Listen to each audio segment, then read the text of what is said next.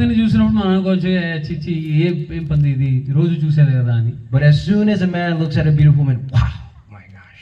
అని ఎప్పుడైతే మనం ఒక అందమైన స్త్రీని చూస్తాం మనం ఏమనుకుంటాం, అబ్బా ఎంత అందంగా ఉంది అనుకుంటాం.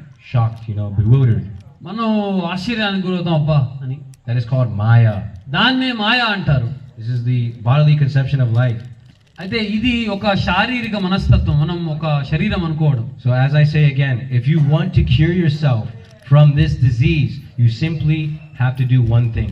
అయితే మీరు ఈ వ్యాధి నుండి నివారణ పొందాలి అనుకుంటే మీరు కేవలం ఒకటే ఒక పని చేయాలి. That is Hare Krishna, Krishna Krishna, Hare Hare, Hare Rama, Rama Rama, Hare Hare. If you do this every day for the rest of your life, I guarantee you will be happy.